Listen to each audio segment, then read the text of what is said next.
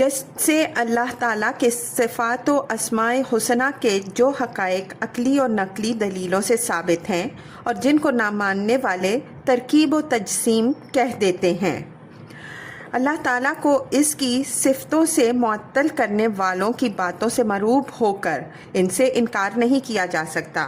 اسی طرح عقلی اور نقلی دلیلوں سے اللہ تعالیٰ کے جو افعال ثابت ہوتے ہیں، مثلاً اپنی مشیت سے کلام کرنا، روزانہ رات کو دنیاوی آسمان پر آنا، اور یہ کہ وہ قیامت کے دن فیصلوں کے لیے بندوں میں آئے گا، برحق ہیں۔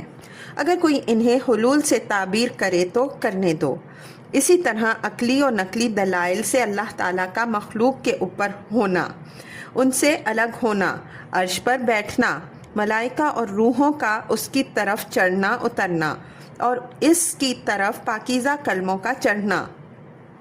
رحمت للعالمین صلی اللہ علیہ وسلم کا معراج میں اللہ کے پاس جانا، اس سے قریب ہونا، دونوں میں دو بلکہ اس سے بھی کم کمانوں کا فاصلہ رہ جانا، ساری باتیں سچی ہیں۔ جہمیہ کے اس ڈر سے کہ وہ خیز و جہت اور حسمیت کا الزام دیں گے، ان کا انکار نہیں کیا جا سکتا۔ امام احمد رحمہ اللہ کا فرمان ہے کہ کسی معترض کے ڈر سے ہم اللہ تعالیٰ کی کسی صفت کا انکار نہیں کر سکتے۔ بدعتیوں کی ایک یہ عادت ہے کہ وہ اہل سنت والجماعت کو اور ان کے اقوال کو ایسے القاب سے تعبیر کیا کرتے ہیں جن سے جاہل نفرت کریں، مثلاً انہیں خشوع، ترکیب اور تجسیم کے نام سے پکارتے ہیں۔ اللہ تعالیٰ کے عرش کا نام ہیز ذو جہت رکھ لیا تاکہ اس راہ سے اللہ تعالیٰ کے مخلوق کے اوپر اور عرش کے اوپر ہونے کی نفی ہو، جیسے رفادی صحابہ رضی اللہ عنہم اجمعین سے محبت کرنے والوں کو ناصبی سے اور قدریہ مجوسیہ تقدیر ماننے کو جبر سے تعبیر کرتے ہیں۔ یہ القاب کچھ نہیں، اصل حقائق ہیں، جبکہ یہ حقیقت ثابت ہونے کے بعد کہ شہداء کی روحیں سبز پرندوں میں ہیں، اگر کوئی اسے تناسخ کہنے لگے تو اس لفظ تناسخ سے اس معنی کی حقیقت غلط نہیں ہوگی۔ باطل تناسخ وہ ہے جس کے ملحد قائل ہیں اور جو زندگی بعد الموت نہیں مانتے۔ ان کے فاسد خیال میں روحیں اجسام سے جدا ہو کر اپنے اپنے اعمال کے مطابق حیوانات، زمین کے کیڑے مکوڑے اور پرندوں کی شکلیں اختیار کر لیتی ہیں اور اسی چکر میں رہتی ہیں۔ یہی ان کا عذاب و ثواب ہے، اور اس چکر سے انہیں کبھی نجات نہیں مل سکتی، کیونکہ ان کے گمان میں دنیا کا چکر کبھی ختم نہیں ہوگا۔ زندگی بعد الموت کچھ نہیں، کیونکہ دنیا ختم ہی نہیں ہوگی۔ یہی وہ باطل تناسخ ہے جو تمام انبیاء کرام علیہم السلام کی متفقہ حقیقت زندگی بعد الموت کے خلاف ہے، اور یہی اللہ تعالیٰ کا اور آخرت کا انکار کرتا ہے۔ اس گمراہ فرقہ کے نزدیک روحوں کا مستقر جسم سے جدا ہونے کے بعد مناسب حیوانوں کے اجسام ہیں۔ یہ انتہائی گھنونا اور غلط قول ہے۔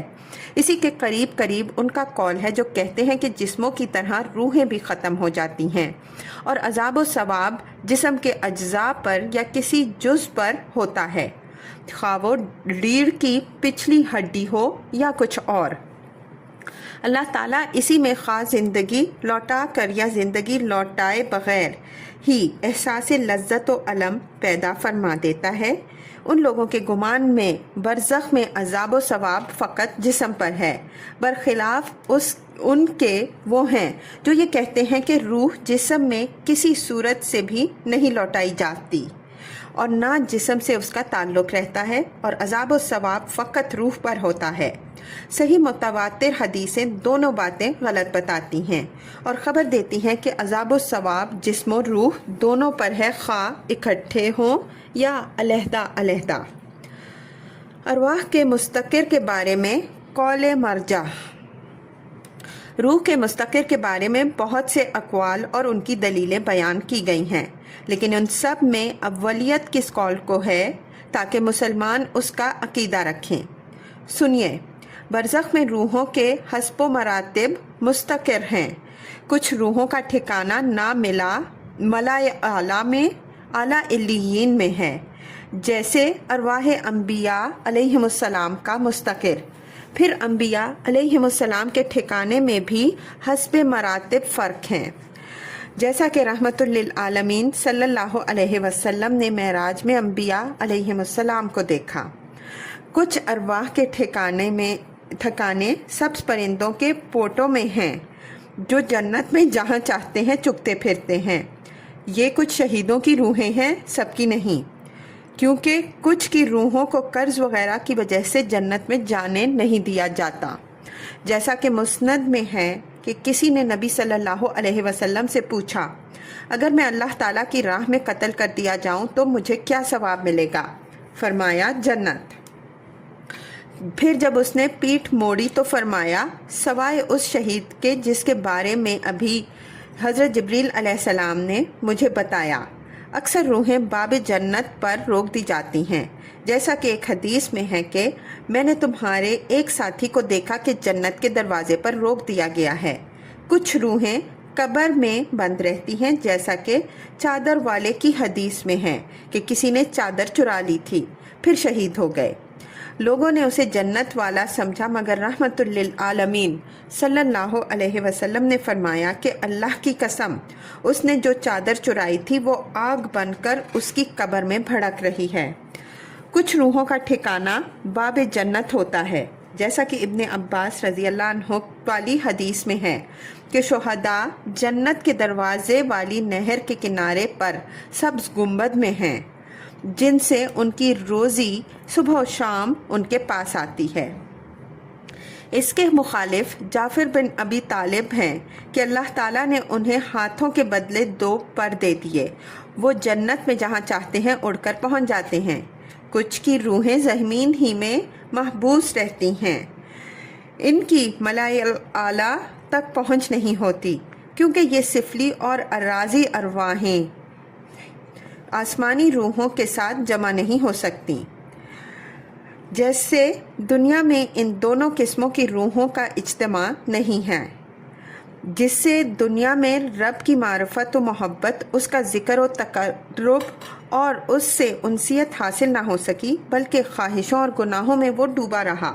اس کی روح جسم سے جدا ہو کر بھی اسی قسم کی ارواح کے ساتھ رہے گی، جیسے بلند حوصلہ شخص کی روح جو دنیا میں اللہ کی محبت و تقرب اور انسیت کی مالات میں ڈوبا ہوا تھا، جسم سے جدا ہو کر بھی اپنے مناسب ارواح الوہیہ کے ساتھ رہتی ہے، جبکہ قیامت کے دن بھی اور عالم برزخ میں بھی انسان اسی کے ساتھ ساتھ ہے جس سے اسے محبت کا تعلق ہے۔ اللہ تعالیٰ برزخ میں اور قیامت کے دن مناسب روحوں کو ملا دیتا ہے، جیسا کہ حدیث میں گزر چکا ہے، یعنی پاکیزہ روحیں پاکیزہ روحوں کے ساتھ رہتی ہیں اور گندی روحیں گندی روحوں کے ساتھ۔ کچھ زانی مردوں اور عورتوں کی روحیں تنور میں رہتی ہیں، کچھ روحیں خون والی نہر میں تیرتی ہیں اور ان کے منہوں میں پتھر ٹھونسے جاتے ہیں۔ بہرحال روحوں کا ایک ٹھکانہ نہیں ہے۔ علوی روحیں اعلیٰ علیین میں ہیں اور سفلی روحیں زمین سے آگے نہیں بڑھتی۔ اگر تمہیں آثار میں وسیع معلومات و دلچسپی ہے تو دلائل تمہارے سامنے ہیں۔ آثار صحیحہ میں تعرض نہ سمجھ لینا، تمام آثار صحیح ہیں اور ایک دوسرے کی مدد کرتے ہیں، اور احکام ارواح کی معرفت پر بھی عبور حاصل ہونا چاہیے۔ ارواح کا اجسام پر قیاس مال فارق ہے۔ ارواح کا اجسام پر قیاس نہیں کرنا چاہیے، بلکہ روحیں جنت میں ہونے کے باوجود آسمان پر بھی ہیں اور قبر کے پاس بھی ہیں، قبر والے جسم میں بھی ہیں۔ یہ اترنے چڑھنے میں انتہائی تیز رفتار ہیں۔ روحیں آزاد بھی ہیں اور قید بھی ہیں، بلندی والی بھی ہیں اور پستی والی بھی۔ انہیں بدن سے جدا ہونے کے بعد صحت و بیماری اور لذت و دکھ بدنی حالت اتصال سے کہیں زیادہ پہنچتا ہے۔ ان کا حال جنین سے اور پیدا ہونے کے بعد بچے سے ملتا جلتا ہے۔ روحوں کے 4 گھر ہیں۔ روحوں کے 4 گھر ہیں اور ہر لاحق گھر ہر سابق گھر سے بڑا ہے۔ پہلا گھر ماں کا پیٹ ہے جو محدود، تنگ، تاریک اور 3 اندھیروں سے گھرا ہوا ہے، اور دوسرا گھر دنیا ہے جہاں انسان نیکی و برائی اور سعادت و شقاوت کی کھیتی کرتا ہے اور ان کے وجوہات حاصل کرتا ہے۔ تیسرا گھر برزخ ہے جو دنیا سے کھلا اور بہت بڑا ہے، لیکن ان دونوں کی نسبت وہی ہے جو پہلے 2 گھروں کی تھی۔ چوتھا گھر آخرت کا گھر یعنی جنت یا جہنم، آگے کوئی گھر نہیں۔ اللہ تعالیٰ آہستہ آہستہ انسان کو ایک گھر سے دوسرے گھر کی طرف منتقل کرتا ہوا آخری گھر آخرت میں لے جاتا ہے، جس کے لیے وہ پیدا کیا گیا تھا اور جس کی پیدائش سے غرض اس گھر کی شقاوت و سعادت کا حصول ہے۔ ہر گھر کے حالات و احکام جداگانہ ہیں۔ مبارک ہیں وہ جو دنیا میں آ کر سعادت کے اسباب فراہم کرتے ہیں اور شقاوت کے کانٹوں سے دامن بچا کر آگے بڑھ جاتے ہیں۔ توحید اتباع رسول صلی اللہ علیہ وسلم اور خواہشات سے بچنے سے حاصل ہوتی ہیں، لہٰذا شریعت کی سچی باتیں ہیں اور اس کے خلاف ہر بات جھوٹی ہے۔ 16واں حصہ، مردوں کی روحوں کو زندوں کے کسی عمل سے فائدہ پہنچتا ہے یا نہیں؟ تمام فقہا، محدث اور علماء تفسیر کا اس پر اجماع ہے کہ مردوں کو زندوں سے 2 طریقوں سے فائدہ پہنچتا ہے۔ ایک صورت کا تو وہ خود مردہ حالت حیات میں سبب تھا، دوسری صورت دعا، استغفار، صدقہ، حج وغیرہ۔ اس مسئلے میں اختلاف ہے کہ عمل کا ثواب پہنچتا ہے یا خرچ کا بھی۔ جمہور کے نزدیک نفس عمل کا ثواب پہنچتا ہے اور کچھ حنفیہ کے نزدیک خرچ کا بھی۔ جسمانی عبادت، نماز، روزہ، ذکر اللہ وغیرہ کے ثواب کے بارے میں بھی اختلاف ہے۔ اکثر سلف اور امام احمد رحمہ اللہ کے نزدیک ان کا بھی ثواب پہنچتا ہے۔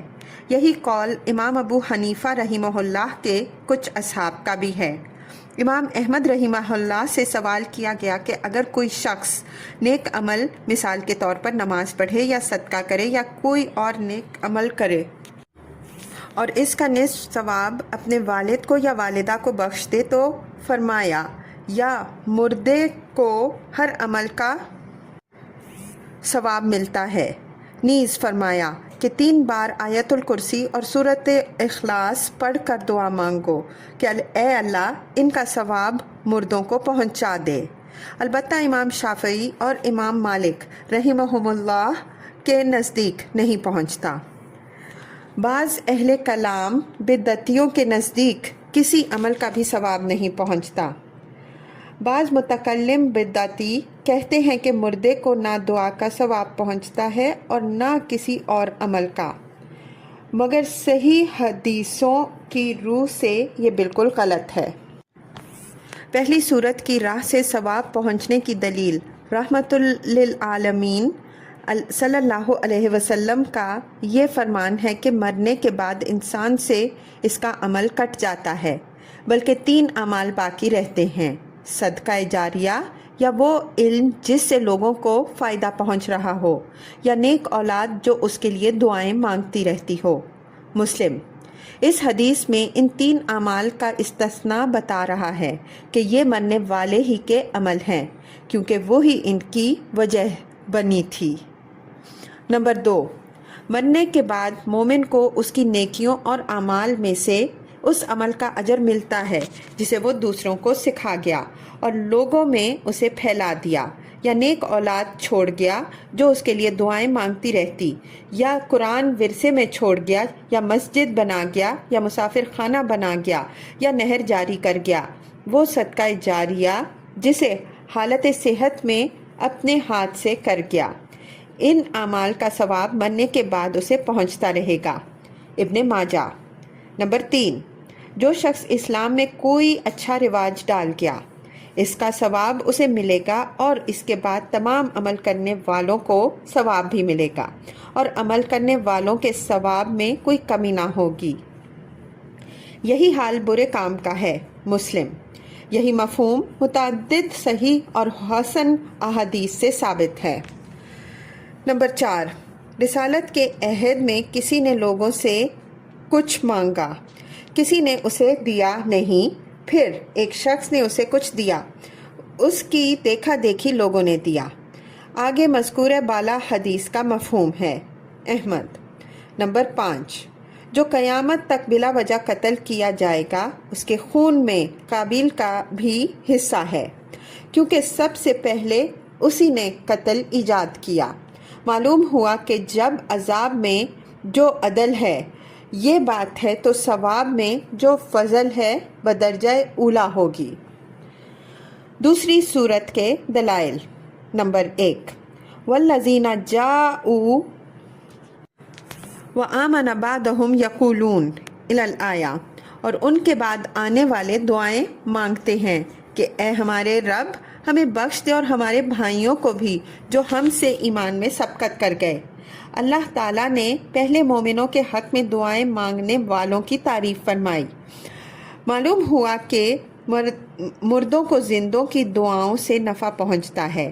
اس کے علاوہ پہلوں نے ایمان لا کر ایمان کی سنت نکالی تھی اور پچھلوں کے لیے نمونہ بنے تھے کہ پچھلے ان کے نقشہ قدم پر آسانی سے چلنے لگے، اس لیے وہ وجہ بن گئے۔ اس صورت میں یہ پہلی صورت بن جائے گی، لیکن چونکہ جنازے کی نماز میں مردے کے لیے دعا مانگی جاتی ہے اور امت کا اس پر اجماع ہے کہ اس سے مردے کو فائدہ پہنچتا ہے، اس سے معلوم ہوا کہ دعا کا فائدہ یقینی ہے۔ نمبر 2، رحمت العالمین صلی اللہ علیہ وسلم نے فرمایا مردے کے لیے دعا کرو تو خلوص سے کرو۔ سنن۔ نمبر 3، رحمت العالمین صلی اللہ علیہ وسلم نے ایک جنازے کی نماز میں یہ دعا کی، میں نے یہ دعا یاد کر لی، اللہم اغفر لہ وارحمہ الی الآیہ، اے اللہ اسے بخش دے، اس پر رحم کر، اسے عافیت دے، اس سے درگزر کر، اس کی عزت والی خاطر فرما، اس کی قبر وسیع فرما، اس کے لیے گناہ پانی، برف اور اولوں سے دھو دے اور اسے سفید کپڑے کی طرح گناہوں سے پاک و صاف کر دے، اسے اس گھر سے بہتر گھر، گھر والوں سے بہتر گھر والے اور جوڑے سے بہتر جوڑا عطا فرما، اسے جنت میں داخل فرما اور عذاب قبر اور عذاب جہنم سے بچا۔ مسلم۔ نمبر 4، آپ صلی اللہ علیہ وسلم نے ایک جنازے پر یہ دعا مانگی، اللہم ان فلان ابن فلان الی الآیہ، اے اللہ فلاں بن فلاں تیری حفاظت میں ہے، تیرے پڑوس سے وابستہ ہے، اسے قبر کی آزمائش اور جہنم کے عذاب سے بچا، تیرا وعدہ سچا ہے، لہٰذا اسے بخش دے، اس پر رحم فرما، واقعی تو بڑا مہربان اور انتہائی بخشنے والا ہے۔ سنن۔ اور بھی بہت سی حدیثیں ہیں، بلکہ مردے پر نماز پڑھنے کا یہی مقصد ہے کہ زندوں کی دعاؤں سے اسے فائدہ پہنچے، اسی طرح دفن کے بعد دعا کا یہی مقصد ہے۔ چنانچہ رحمت العالمین صلی اللہ علیہ وسلم دفن کے بعد قبر کے پاس کھڑے ہو کر فرماتے اپنے بھائی کے لیے استحکام کی دعا مانگو، کیونکہ اب اس سے سوال ہو رہا ہے۔ اس طرح قبروں کی زیارت کے وقت مردوں کے لیے دعائیں مانگنے کا یہی مقصد ہے۔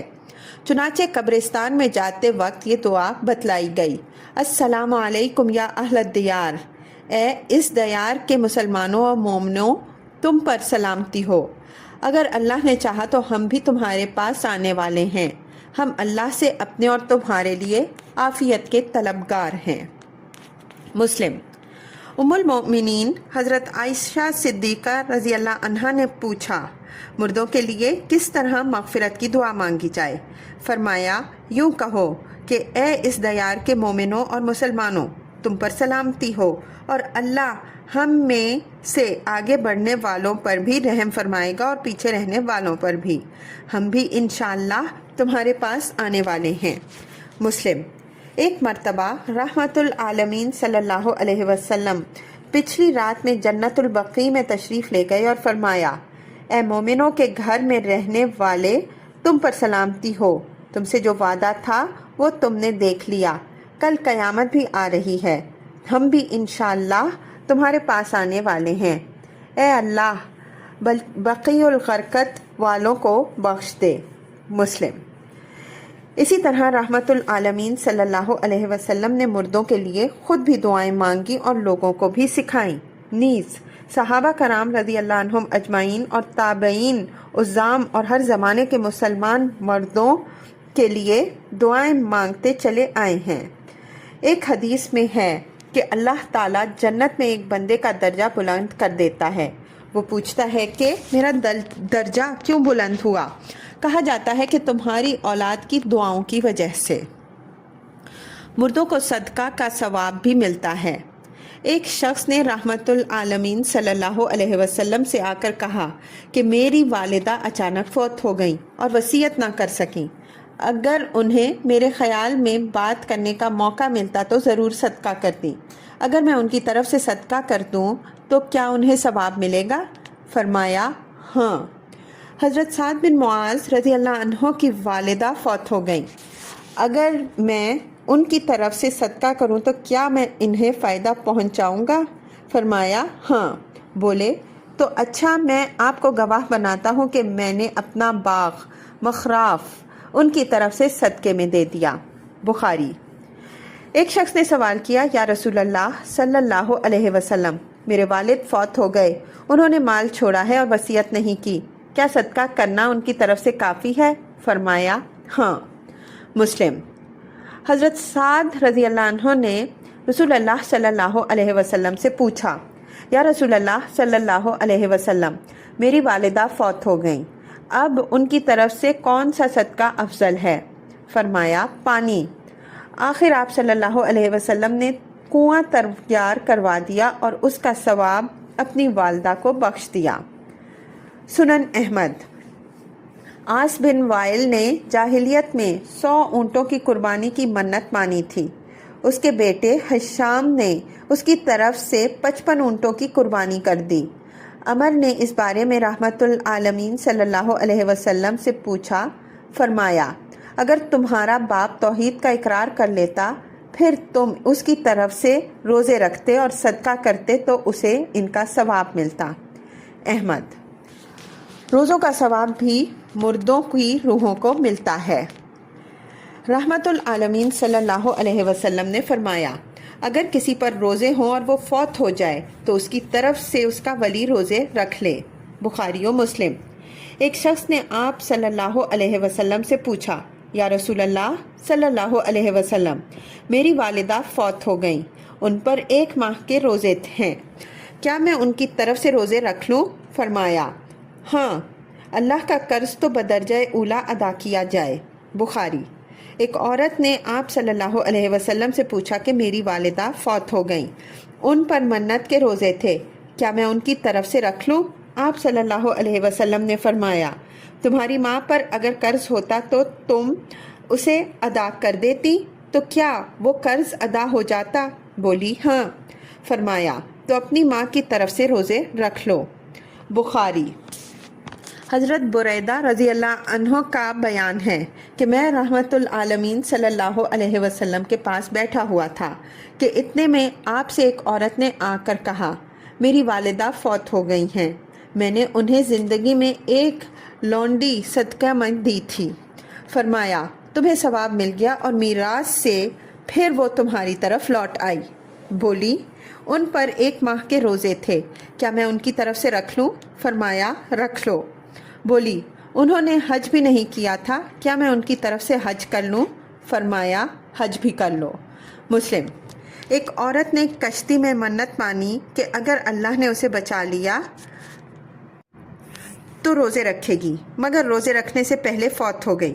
اس کی بیٹی یا بہن نے رحمت العالمین صلی اللہ علیہ وسلم سے فتویٰ پوچھا۔ آپ صلی اللہ علیہ وسلم نے انہیں اس کی طرف سے روزے رکھنے کا حکم دیا۔ سنن احمد۔ روزوں کے بدلے کھانا کھلانے کا ثواب بھی مردوں کو پہنچتا ہے۔ روزوں کے بدلے کھانا کھلانے کا ثواب بھی مردوں کی روح کو پہنچتا ہے۔ چنانچہ رحمت العالمین صلی اللہ علیہ وسلم نے فرمایا، جو مر جائے اور اس پر 1 ماہ کے روزے ہوں تو اس کی طرف سے ہر دن کے بدلے 1 محتاج کو کھانا کھلا دیا جائے۔ ترمذی، ابن ماجہ۔ امام ترمذی فرماتے ہیں کہ یہ اسی سند سے مرفوع ہے اور صحیح ابن عمر رضی اللہ عنہ کا قول ہے۔ ابن عباس رضی اللہ عنہ کا بیان ہے کہ جو شخص رمضان میں بیمار ہونے کی وجہ سے روزے نہ رکھ سکے تو کھانا کھلا دے، اب اس کے ذمے قضا نہیں، اور اگر روزوں کی منت مان لے تو اس کی طرف سے اس کے اولیاء روزے رکھ لیں۔